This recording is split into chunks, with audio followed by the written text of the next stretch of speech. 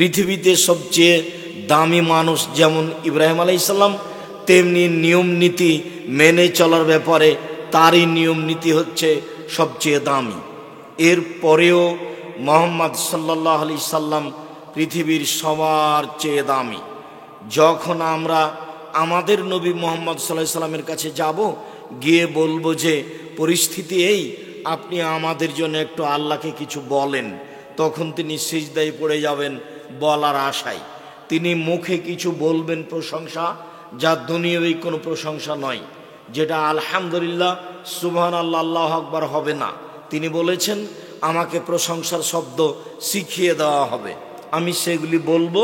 তখন আমাকে বলা হবে ইরফারা আসাদ, মাথা আপনি উঠান, সালতুতা আপনি চান আপনাকে দেওয়া হবে, অসফেতু সাফা আপনি সুপারিশ করেন আপনার সুপারিশ মেনে নেওয়া হবে, যা চাইবেন তাই দিয়ে দেওয়া হবে, আপনি যার ব্যাপারে সুপারিশ করবেন সেটাই মেনে নেওয়া হবে। তাহলে তিনি কত বড় সম্মানী মানুষ। এরপরেও একটা লোককে ক্ষমতা দিয়ে তিনি জান্নাতে নিয়ে যেতে পারবেন না।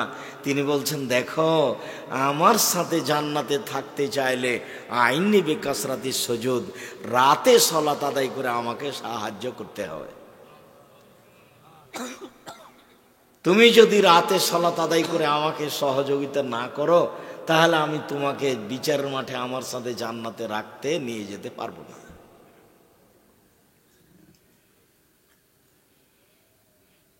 সালাতই এমন একটা জিনিস যা মানুষের জন্য ইহকালে এবং পরকালে শান্তির মাধ্যম। আল্লাহ তাআলা বলেন ওয়াস্তাঈনু বিস-সাবরি ওয়াস-সালাহ, তোমরা সালাত এবং ধৈর্যের মাধ্যমে আল্লাহর কাছে কিছু চাও, যার যা প্রয়োজন সে সেটা চাইবে, 2 রাকাত সালাত আদায় করে চাইবে। আর চাইলেই পাওয়া যাবে এ কথা নয়, একটু ধৈর্য ধারণ করতে হবে, 10 দিন পরেও হতে পারে।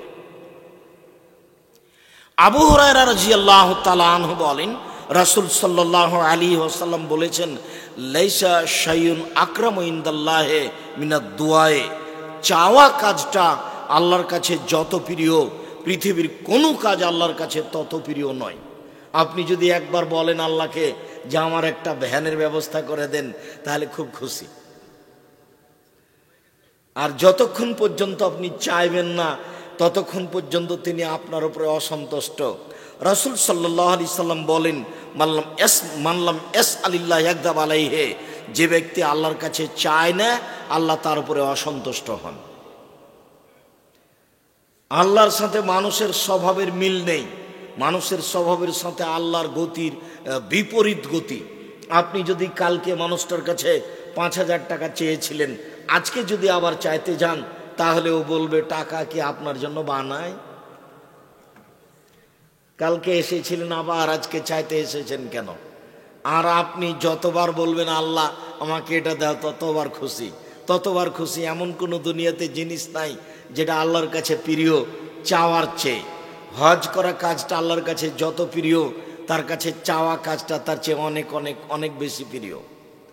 রমজান মাসে সিয়াম পালন করা কাজটা তার কাছে যত প্রিয়, তার কাছে চাওয়া কাজটা তার চেয়ে অনেক অনেক অনেক বেশি প্রিয়। তাসবিহ তাহলিল জিকির আজকার করা কাজটা তার কাছে যত প্রিয়, চাওয়া কাজটা তার কাছে অনেক অনেক তার চেয়ে বেশি প্রিয়। এই কথাটা আল্লাহ রাসূল আরেক জায়গাতে এইভাবে বলেছেন যে লাইসা শাইউন আহাব্বু ইলাল্লাহি মিন কাতরাতাইনি ওয়া তারাইনি, আল্লাহর নিকটে 2টি বিন্দু ফোঁটা যত প্রিয়, পৃথিবীর আর কোনো কিছু তার কাছে তত প্রিয় নয়। তার এক ফোঁটা হচ্ছে কাতরাতু দুমুন মিন খাশিয়াতিল্লাহ, আল্লাহর ভয়ে এক ফোঁটা চোখের পানি। আল্লাহর ভয়ে এক ফোঁটা চোখের পানি আল্লাহর কাছে যত প্রিয়, পৃথিবীর কোনো কিছু আল্লাহর কাছে তত প্রিয় নয়। তাই তো রাসূল সাল্লাল্লাহু আলাইহি সাল্লাম বলেছেন লা ইয়ালিজার রাজুলু বাকা মিন খাশিয়াতিল্লাহ হাত্তা ইয়ালিজাল লাবানু ফি দারে, গাভীর বান ওলান থেকে দুধ বের করে ভিতরে ঢোকানো যেমন অসম্ভব, আল্লাহর ভয়ে কাঁদে যে তার জাহান্নামে যাওয়া তেমনি অসম্ভব। আল্লাহর ভয়ে কাঁদে যে সে জাহান্নামে যাবে না, গাভীর বাঁট থেকে দুধ বের করে ঢোকাম তো দেখি, এটা কি সম্ভব? এটা সম্ভব নয়। তো রাসূল সাল্লাল্লাহু আলাইহি সাল্লাম বলছেন যে আল্লাহর ভয়ে কাঁদে তার জাহান্নামে যাওয়া তেমনি অসম্ভব। আল্লাহ তাআলা আমাদের নবীকে বলছেন, ফাইদা ফারাগতা ফানসব ওয়া ইলা রাব্বিকা ফারগাব। মুহাম্মদ সাল্লাল্লাহু আলাইহি সাল্লাম, আপনি যখন দুনিয়াবি কাজ থেকে অবসর হবেন তখন আপনি কঠোর শ্রমে আত্মনিয়োগ করুন, আর আপনি আমাকে যা বলবেন তা কান্নাকাটি করে বিনয়ের সাথে বলুন। তাহলে কান্নাকাটি করে বিনয়ের সাথে চাইলে এটা সবচেয়ে ভালো হবে। কান্না কাজটা তার কাছে সবচেয়ে প্রিয়, এবার চাওয়া কাজটা তার কাছে সবচেয়ে প্রিয়। তাহলে দুই প্রিয় একসাথে জমা হয়ে গেল। রাতে কান্নাকাটি করে চাইলে যা চাইবেন সেটাই পাওয়া যাবে। জাবির রাদিয়াল্লাহু তাআলা আনহু বলেন, এই ছেলে, দয়া করে প্রয়োজন দেখাবেন না। অনেক দূর থেকে এসেছি, রাজশাহী থেকে এসেছি, আর আপনি এসেছেন একবারে মাঠ ভর্তি হয়ে আছেন। যদিও উত্তরবঙ্গের মতো নয়, কেননা আমরা কিছুদিন আগে বগুড়ায় ছিলাম, তো লাখো মানুষ হবে, লাখের বেশি হবে। রংপুর হারাগাছে ছিলাম, যেদিন গাড়ি অ্যাক্সিডেন্ট হয়েছিল সেদিন তো 1.5-2 লক্ষ হবে। কত মানুষ রাস্তাঘাটে ধরে না, মাঠে তো ধরেই না। কালকে কোথায় যেন ছিলাম, নওগাঁ সাপাহার, কত মানুষ রাস্তাঘাটে ধরে না, মাঠ তো বহু দূরের কথা। তো আপনার এইভাবে বসে থাকা দেখে ভুইসারকোটের কথা মনে পড়লো। অনেক দিন আগে এসেছিলাম ভুইসারকোট গ্রামে, দেখলাম সামিয়ানার নিচে বেশ কিছু লোক বসে আছে, আর কিছু কয়েকটা আদা এবং লবণ আছে, আর মানুষ সবাই স্টেজে বসে আছে। মহিলা মানুষ আসে না বক্তব্য শুনতে, কেননা কুমিল্লা মানে পুরুষ মানুষ বক্তব্য শুনবে, মাত্র কয়েকজন কণ্ঠস্বরে বক্তব্য দিবে, কি যে কি বলবে কেউ কিছু বুঝবে না। বাড়িতে ঢুকলাম, বাড়ির ভেতর দিকটা বাহির দিকটা আমি বুঝতে পারলাম না, এটা আবার কেমন বাড়ি। কুমিল্লা আর সাতক্ষীরা একই, মধ্যেখান হলে এদিকে একটা ঘর এদিকে একটা ঘর, মধ্যে নাকি গরুর গাড়ির রাস্তা। এটা বাড়ি কিভাবে হলো আমি বুঝিনি, এখনো বুঝি না। এখনো আপনার বাড়ি ঘেরা নেই, ধর্ম পাগল হয়ে যায়নি। তাহাজ্জুদ পড়ে জান্নাত কেনার চেষ্টা করিয়েন না। অল্প সালাত আদায় করেন, 5 ওয়াক্ত সালাত, বাড়িটা ঘেরেন, বউটা একটু ঘেরা রাখেন, জান্নাত হবে। আপনার বউ এই বাড়িতে থাকে কি করে, রান্না বান্না করে কি করে, আমি নিজেও বুঝি না। আমরা যদি সপরিবারে আসি আপনাদের বাড়িতে, তা আপনার বাড়িটাকে মনে করব এটা ট্রেন স্টেশন, আমরা সেভাবে থাকব। কিভাবে চলছে আমি এটা বুঝতে পারি না। বেশ ঠিকই বক্তব্য শুনছেন, বক্তব্য দিচ্ছেন, পাড়ায় পাড়ায় বক্তব্য হচ্ছে, পর্দারও বক্তব্য হচ্ছে, সবাই পর্দার বক্তব্য দিচ্ছে। যে হুজুর পর্দার বক্তব্য দিচ্ছে সে হুজুরের বাড়ি আবার এইরকমই। ইসলাম কিভাবে কি হয়ে গেল আপনার কাছে এসে বুঝতে পারলাম না। সব দিক দিয়ে সতর্ক হন, অল্প পয়সা ইনকাম করেন, বাড়িটা ঘেরে রাখেন।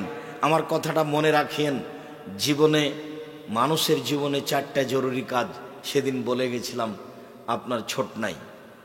মানুষের জীবনে 5 ওয়াক্ত সালাত, এর চেয়ে জরুরি কাজ পৃথিবীতে মানুষের জীবনে নেই। দ্বিতীয় জরুরি কাজ হালাল রুজি, তৃতীয় জরুরি কাজ কোরআন তেলাওয়াত, চতুর্থ জরুরি কাজ যেখানে 2 জন বসে আছে সেখানে বসবেন না। দোকানে বসে আড্ডা পিটে ল্যাংটা মেয়েকে দেখে চক্ষু ঠান্ডা করে, কলিজা ঠান্ডা করে জান্নাত কেনার চেষ্টা করিয়েন না। আব্দুর রহমান যেটা বলছিল যে যখন তারা যুদ্ধে পারেনি, সব যুদ্ধে পরাজয় হয়েছে, লাখো জনগণ তাদের, আর 500-200 জনগণ মুসলমান, এরপরেও তারা এক পর্যায়ে পরাজয় হয়ে গেল। তখন তারা বুঝলো যুদ্ধ করে হবে না, কৌশল করতে হবে। কৌশল মানে হারাম খেতে বলো, টাকা পয়সা লন্ডন আমেরিকায় রাখুক, যখন রাখা বেশি হবে তখন অ্যাকাউন্ট বন্ধ করে দিতে হবে, তখন এইগুলো ভিক্ষা করে বেড়াবে। আর বেটি ছেলেকে মাঠে নামিয়ে দিতে হবে, 5,000 টাকা বেতন দিয়ে গার্মেন্টসে সব নিয়ে যেতে হবে। কেমনে মুসলমান তার ইমান টিকে তা দেখা যাবে। তো যুদ্ধ করে মেরে কি হবে, এমন পথ ধরি যাতে করে আমার গোলাম হয়ে থাকে, আমারই কাজ করে, তো এমনিতে হয়ে গেল জয়। তো খামাখাম মুখামুখি হয়ে জীবন দিব কেন? যা চেয়েছিল তাই করেছে। এদেশের কলেজ, বিশ্ববিদ্যালয়, অফিস আদালত, কোর্ট কাচারি, শিক্ষা প্রতিষ্ঠান, জেলখানা সব কিছু খ্রিস্টানের নীতিতে চলে। আপনার কোনো নীতি নিয়ম নিজস্ব নেই। ওরা যেটা বলেছে সেটাই আপনার। ওর খাতা খান যেমন আপনার খাতা খান তেমন। ওর যেদিন যেদিন ছুটি আপনার সেদিন সেদিন ছুটি। ওর বিশ্ববিদ্যালয় কলেজের নাম, স্কুলের নাম যা দেখি আপনিও সাদ করে সে নামটা রেখেছেন। পায়খানার নাম রাখলেন কেন? আপনার কলেজের নাম, স্কুলের নাম, এটা কেন? ওর নামের সাথে আপনার সাদ কি? আল্লাহ রাসূল বলছেন যে খালিফুল ইয়াহুদ আল মুশরিকিন, তোমরা ইহুদি খ্রিস্টানদের বিরোধিতা করো। তার সব কিছু আপনাকে ভালো লাগে, তার ছবি ছাটা ভালো লাগে, তার চুল ছাটা ভালো লাগে, তার বেটি ছেলে যেভাবে চলে আপনার বেটি ছেলে সেভাবে চললে আপনাকে সেটা ভালো লাগে, ও গাড়ি খান যেভাবে করে সেভাবে আপনার গাড়ি হলে সেভাবে ভালো লাগে। তাই তো আপনার গাড়ির লোক ডান দিকে বসে আর গাড়িটা বাম দিকে যায়। সৌদি আরবে যান, গাড়ি ডান দিকে যাবে। এমন একটা কৃষ্টি কালচার নেই। ঘুরে ওই কথা বললাম যে চাঁপাইনবাবগঞ্জে বিবাহের শুরু থেকে না শেষ পর্যন্ত একটা কাজও জায়েজ নয়। ঠিক তেমনি এদেশের মাটিতে স্কুল, কলেজ, শিক্ষা প্রতিষ্ঠান, কোর্ট কাচারি, অফিস আদালত একটাও রাসূলের নীতিতে নেই, সব ইহুদি খ্রিস্টানদের নীতিতে। 5 ওয়াক্ত সালাত আদায় করার পরে কখন কখনো বিকৃত হয়ে গেছে। ওরই মতো নাকি চুল ছাঁটলে ভালো লাগবে, অবাক কথা। কখন কখন পশু হয়ে গেছে, কখন কখনো গরু ছাগল হয়ে গেছে। সম্মানিত দ্বীনি ভাই বোন, এই ছেলে বসো, কিছুক্ষণ সময় অপেক্ষা করো। সম্মানিত দ্বীনি ভাই বোন, আল্লাহ তাআলা বলেন ওয়াস্তাঈনু বিস-সাবরি ওয়াস-সালাহ, সালাতের মাধ্যমে আল্লাহর কাছে সাহায্য চাও। যারাই বিপদে পড়েছে তারাই সালাতের মাধ্যমে সাহায্য চেয়েছে। মনে আছে কি ইব্রাহিম আলাইহিস সালামের স্ত্রীর কথা? ইব্রাহিম আলাইহিস সালামের স্ত্রী সারাও বিপদে পড়েছিলেন। আপনি বিশ্বাস করেন, সারার সাথে যে অন্যায় করতে চাচ্ছে সে হলো দেশের সরকার, পুলিশ প্রশাসন তার হাতে, জনগণ তার হাতে, এবং সারা একজন মহিলা মানুষ, নির্জন ঘরে ঢুকেছে। সারা নিজেকে ক্ষমতা দেখে কৌশলে টিকে থাকার কোনো পথ নেই। যখন সে অন্যায় করতে চাইল তখন সারা বললেন থামেন, আগে ওযু হবে, 2 রাকাত সালাত হবে, তারপরে আপনার সাথে কথা।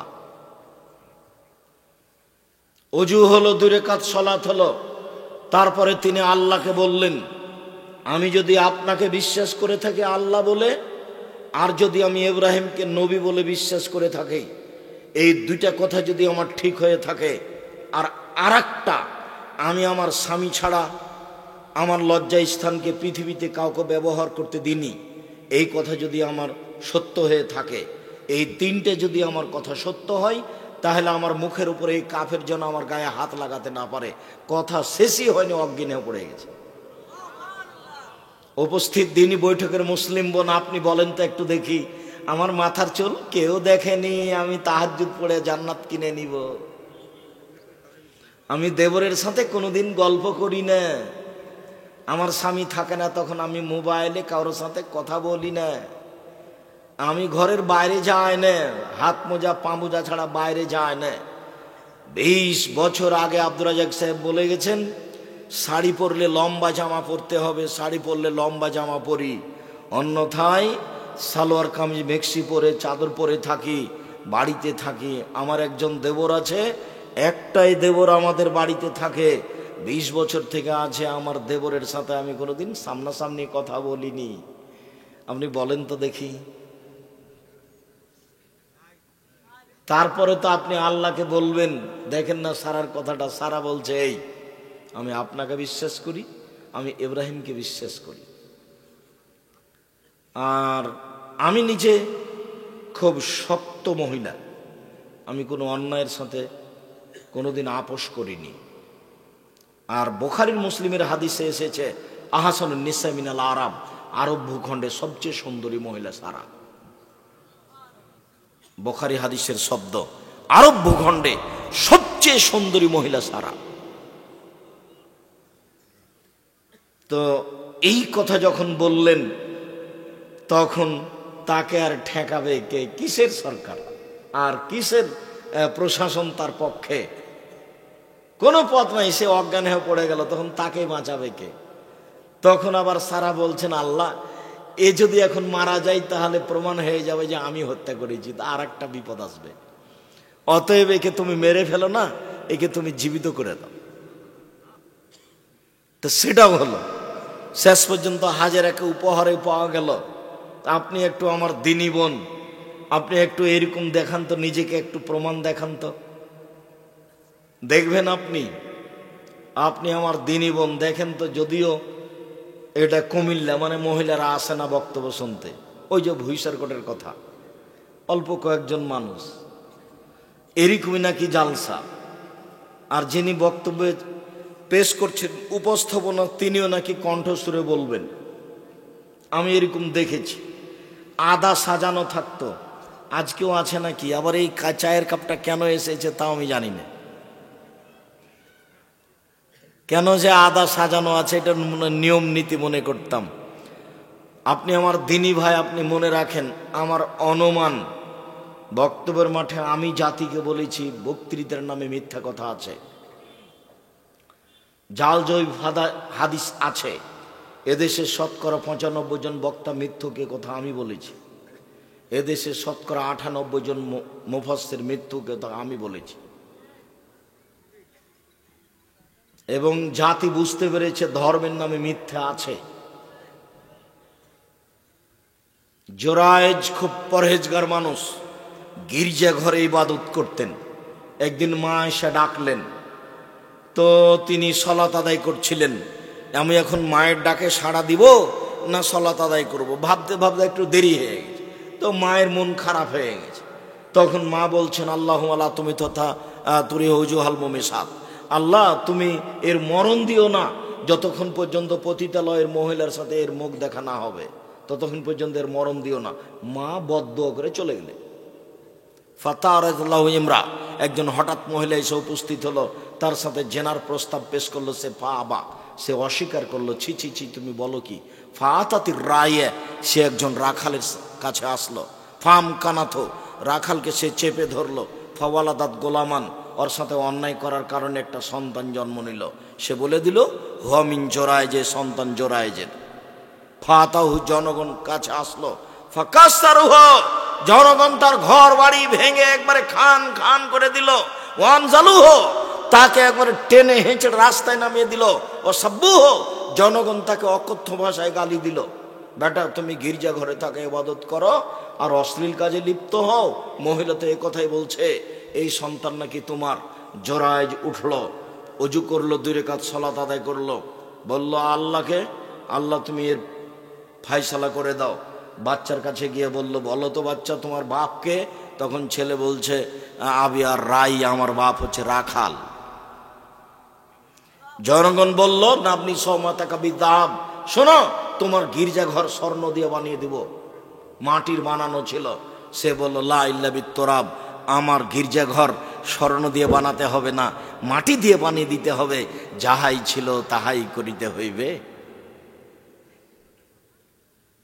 2 রাকাত সালাত, রাতের সালাত। উমামা বাহিলি রাদিয়াল্লাহু তাআলা আনহু বলেন, রাসূল সাল্লাল্লাহু আলাইহি সাল্লাম বলেছেন, আলাইকুম বিকিয়ামিল লাইল ফাইন্নাহু দাবুস সালিহিন মান কানা কাবলাকুম। পৃথিবীর মানুষ, তোমরা রাতে সালাত আদায় করতে শিখো। এটা হচ্ছে অতীতের পরহেজগার নবী রাসূলের কাজ। যারা পরহেজগার মানুষ ছিল তাদের ছিল এই কাজ, যারা নবী রাসূল ছিলেন তাদের ছিল এই কাজ। নবী রাসূলগণ, দাউদ আলাইহিস সালাম নিজে রাতে উঠতেন এবং পরিবারকে জাগাতেন। রাসূল সাল্লাল্লাহু আলাইহি সাল্লাম কতবার বলেছেন, পৃথিবীর মানুষ শুনে রেখো, কোন স্ত্রী, কোন স্বামী যদি রাতে উঠে তারপর তার স্বামীকে জাগায়, ফাসাল্লাইয়া জামিয়ান রাকাতাইনে, যদি 2 জন মিলে মাত্র 2 রাকাত সালাত আদায় করে একত্রিত হয়ে বা একা একাই, তাহলে কোতেবা ফি যাকিরিন ওয়া যাকিরাত, তাহলে তাদেরকে ওই তালিকায় করে দেওয়া হবে।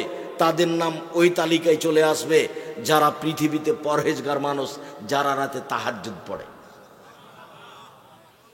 আপনি উঠে সুন্দর করে ওযু করে 2 রাকাত সালাত আদায় করলেন, তখন আপনি পরহেজগার মানুষের তালিকায় চলে গেলেন। তখন আপনি অতীতের সলেহ নবী রাসূলের মানুষের তালিকায় চলে গেলেন, আপনি ভালো মানুষ। আমি এই কথা বলিনি, এই কথা মুহাম্মদ সাল্লাল্লাহু আলাইহি সাল্লাম বলেন। তিনি বলেন, পৃথিবীর মানুষ শুনে রেখো, তোমরা রাতে সালাত আদায় করতে অভ্যাসী হও। এটাই ছিল অতীতের পরহেজগার মানুষের শিষ্টাচার, নীতি, আদব কায়দা। নবী রাসূলের আদব কায়দা, এটা নীতি ছিল, তারা রাতে সালাত আদায় করতেন। শোনো, রাতে সালাত আদায় করাতে 3টে সুবিধা রয়েছে। এক, কুরবাতুন লাকুম ইলা রাব্বিকুম, রাতে সালাত আদায় করলে তুমি তোমার প্রতিপালকের নিকটে হতে পারবা, কাছে হয়ে গেছো, যেটা বললো সেটাই শুনবে, যেটা বললো সেটাই শুনবে, তুমি এখন কাছে হয়ে গেছো। 2, মুকাফফিরাতুন লিসায়া, মুকাফফিরাতুস সায়াত, ওতে পাপ মিটে যাবে। 3, মানহাতুল ইসমে, তখন পাপ থেকে দূরে থেকে যাওয়া। 1, আল্লাহর নিকটে হওয়া যাবে। 2, পাপ মিটে যাবে। 3, পাপ দূরে হয়ে যাবে। পাপ আপনার কাছে থাকবে না যদি আপনি রাতে অভ্যাসী হন। আবু হুরায়রা রাদিয়াল্লাহু তাআলা আনহু বলেন, রাসূল সাল্লাল্লাহু আলাইহি সাল্লাম বলেছেন, ইন্না শাইতানা ইয়াকিদু আলা রাসে কাফিয়াতে আহাদিকুম ইযা হুয়া নামা, যখনই তোমাদের কোনো ব্যক্তি রাতে ঘুমায়, তখন শয়তান তার মাথাতে 3টে গিরা লাগায়। চুল থাকলেও গিরা লাগাতে পারবে, না থাকলেও গিরা লাগাতে পারবে। 3টে গিরা লাগাই, ওয়া ইয়াজরিবু আলাইহা, ওই গিরার উপরে এভাবে থাবা মারে। থাবা মার বলে যে ফারকুদ লাইলান তাবিল, ঘুমিয়ে থাকো রাত লম্বা, ঘুমিয়ে থাকো রাত লম্বা, ঘুমিয়ে থাকো রাত লম্বা। সুমা বালা ফিউজ নেই, তারপর এক পর্যায়ে তার মুখে তার কানে পেশাব করে দেয়। যে ঘুমিয়ে যখন সকাল হয়ে যায়, উঠে না, তখন আর মুখে আর কানে পেশাব করে দেয় শয়তান। সকালে দেখবেন যে খাবিসার নাফসে কাসলানা, একবারে মুখখান ভ্যাংচা হয়ে কেমন লাগছে দেখে উঠেছে, একটা আপনার ওই ব্রাশ আর পেস্ট নিয়ে ঘুরে বেড়াচ্ছে সকাল 8টা-9টার দিকে। এ হলো পশু প্রাণীর মতো জীবন কাটা। ও তো রাত 2টায় ঘুমিয়েছে। এই ছেলে, সেদিন তোমাকে আমি ছোট নাই বলে যাইনি যে চাঁপাইনবাবগঞ্জে একটা ভাষা আছে, বক্তব্যর মাঠে বলেছিলাম বিবাহের ব্যাপারে, যে ছেলের সাথে মেয়েরা যায় বরের সাথে, ওকে চাঁপাইনবাবগঞ্জের ভাষা প্রায়ই রাত 12টা-1টা হলে আর তার ইমান কোনো কাজ করে না। তারপরে এই ছেলে উঠেই যখন বলে আলহামদুলিল্লাহিল্লাযী আহয়ানা বা'দা মা মাতানা ওয়া ইলাইহিন নুশুর, সে আল্লাহর প্রশংসা যে আল্লাহ মরার পরে, মরণ দেওয়ার পরে জীবিত করলো, বলার সাথে সাথে ইনহাল্লা তোকদা, একটা গিরা খুলে যায়। অইন তাওয়াজ্জা ইনহাল্লা তোকদা, যখন ওযু করে তখন আরেকটা গিরা খুলে যায়। ওয়াইন সাল্লা ইনহাল্লা তোকদা, যখন 2 রাকাত সালাত আদায় করে তখন আরেকটা গিরা খুলে যায়। এবার ফাসবাহা নাসিতান, তখন সে সকাল করে একবারে উদ্যমশীল হয়ে খুব ভালোভাবে। আর যখন এমনটা করে না, তখন সে অলস হয়ে সকাল করে, শয়তান তার মুখে কানে পেশাব করে দেয়। হাদিস তো বুখারী মুসলিম।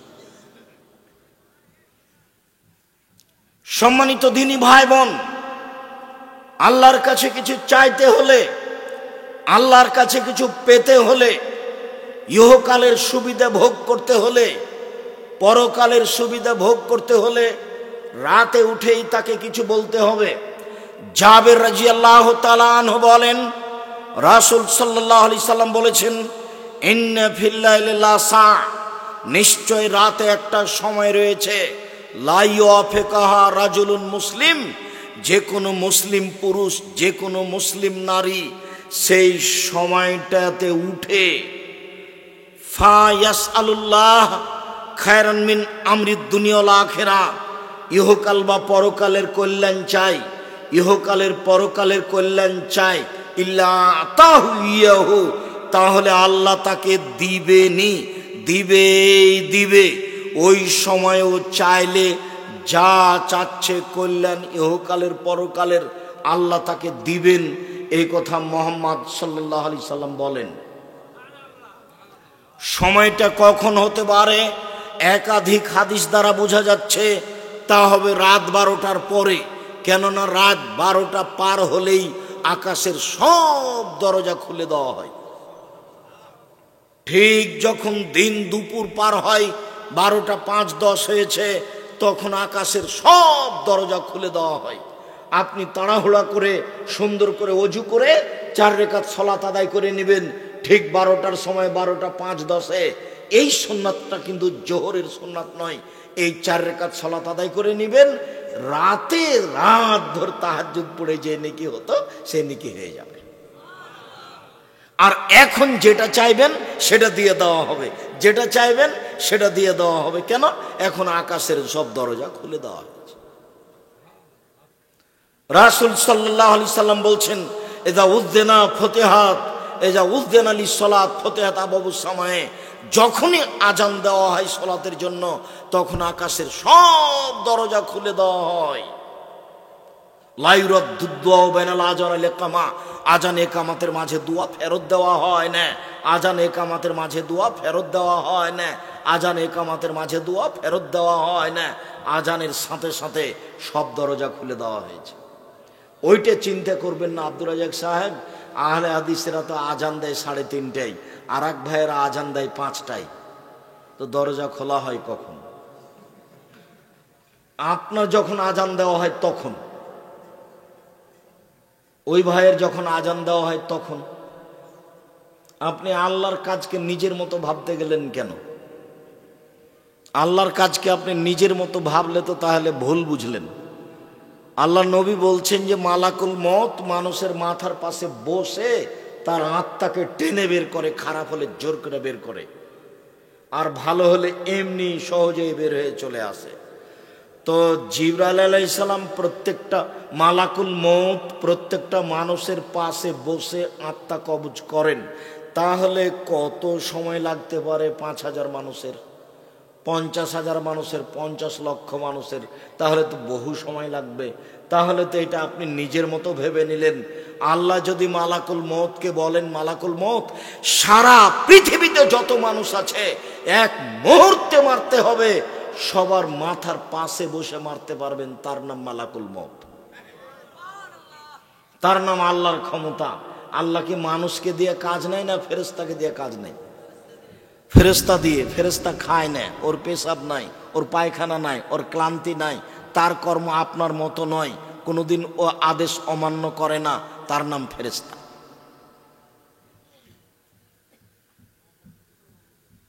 তার গতি, তার চলন আমার আপনার মতো নয়। কবরের ব্যক্তি যদি উত্তর দিতে না পারে, কবরের ব্যক্তি যদি উত্তর দিতে না পারে তাহলে তাকে মারে।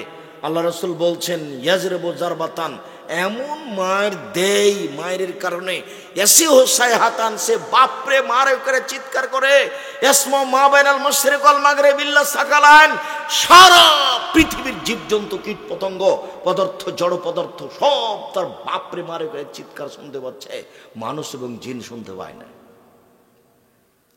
এখানে চিৎকার করছে এই কবরে মায়ের কারণে, 50,000 কোটি কিলোমিটার দূরে যে পশু প্রাণী আছে সে শুনতে পাচ্ছে তার চিৎকার। আপনাকে আমি বুঝাতে পারবো কত জোরে মারছে। আবার ও শুনতে পায় না, ওর কান বধির, চোখে দেখে না কোথায় মারছে, কানেও শুনে না কিভাবে চিল্লাচ্ছে। এ কথা মুহাম্মদ সাল্লাল্লাহু আলাইহি সাল্লাম বলে। যার কারণে রাসূল সাল্লাল্লাহু আলাইহি সাল্লাম বলেছেন, মারাইতু মানজারান কাতল কাবর আবজা মিনহু, আমার জীবনে দেখিনি কোনো দৃশ্য যেটা কবরের চেয়ে আশ্চর্য হতে পারে। এটা আল্লাহর কাজ, এটা ফেরেশতা দিয়ে তিনি করেন। আপনি আল্লাহর কাজকে নিজের মতো কখনো ভাববেন না। সময়টা রাত 12টার পরে হতে পারে, তবে ওই হাদিসের ভিত্তিতে, বুখারী মুসলিমের এক হাদিসের ভিত্তিতে, ইয়ানজিলু রাব্বুনা তাআলা ইলা সামাই দুনিয়া হিনা আবকা সুলুসুল লাইলিল আখিরা, রাতের 3 ভাগের 2 ভাগ যখন পার হয়ে যায়, 1 ভাগ বাকি থাকে, তখন আল্লাহ তাআলা সপ্তম আকাশ থেকে প্রথম আকাশে নেমে আসেন। নেমে এসে চিৎকার করে বলেন, মায়া ধুনি ফাস্তাজিবা লাহু, হে পৃথিবীর মানুষ কে আছো? কে আমাকে ডাকে? আমি তার ডাকে সাড়া দিব। মায়াসলনি ফাউতিয়াহু, কে আমার কাছে কিছু চাই, যে যা চায় তাকে আমি তাই দিয়ে দেবো। মায়াস্তাগফিরুনি ফাগফিরালাহু, কে আমার কাছে ক্ষমা ভিক্ষা চাই, আমি তাকে ক্ষমা করে দেব। তাহলে এইটা রাত 2টার পরে হতে পারে, 2:30 3টার পরে হতে পারে। তবে আয়েশা রাদিয়াল্লাহু তাআলা আনহার ওই হাদিসে বোঝা যাচ্ছে, আয়েশা রাদিয়াল্লাহু তাআলা আনহা বলেন, কানান নবী সাল্লাল্লাহু আলাইহি সাল্লাম ইসাল্লি মিন বাইনা ইয়াফরুগু মিন সালাতিল ইশা ইলাল ফজরে 11 রাকা। আল্লাহর নবী এশার সালাতের পর থেকে নিয়ে ফজরের সালাত পর্যন্ত 11 রাকাত সালাত আদায় করতেন। 11 রাকাত। ইসাল্লামু মিন কুল্লি রাকাতাইনে, প্রত্যেক 2 রাকাতের পরে সালাম ফিরতেন। তবে তার সালাতটা শুরু হতো এশার পর থেকে নিয়ে ফজর পর্যন্ত সময়ে। কোনোদিন 1টার পরে, 2টার পরে, 3টার পরে, কোনোদিন 12টার পরে।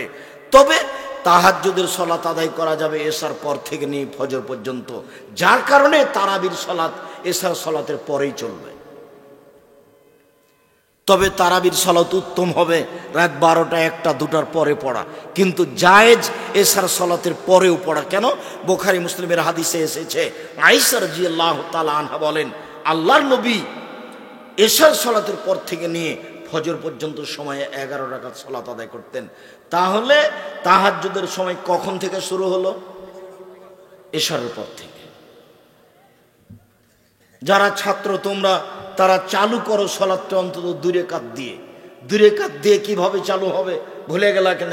একটু আগে তো বললাম যে আল্লাহর নবী বলছেন, কেউ যদি নিজে উঠে স্ত্রীকে জাগায়, সুন্দর করে ওযু করে 2 রাকাত সালাত আদায় করে, তাহলে তার নামটা কাদের তালিকায় আসবে? যারা পরহেজগার মানুষ, অতীতে চলে গেছে। সুবহানাল্লাহ। তাহলে আমি 2 রাকাত পড়লেও পারি। আয়েশা রাদিয়াল্লাহু তাআলা আনহা বলেন, কানা নবী সাল্লাল্লাহু আলাইহি সাল্লাম ইসাল্লি মিনাল লাইলে 13 রাকা।